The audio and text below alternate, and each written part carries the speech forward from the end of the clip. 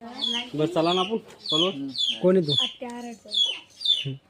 Jeep काय काढली ती कोटकोट 7 फुटापर्यंत हा धामण जातीचा बिनविषारी साप आहे. 7-7.5 फुटापर्यंत 6-6.5 फुटापर्यंत 5 फूट माझी साईट आहे.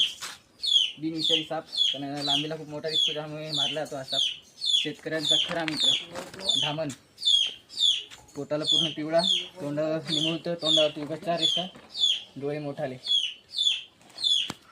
शक्यतो भीतीपोटी या सापाचा जीव घेऊ नका. या सापापासून आपल्याला कुठल्याच प्रकारची भीती नाही आहे.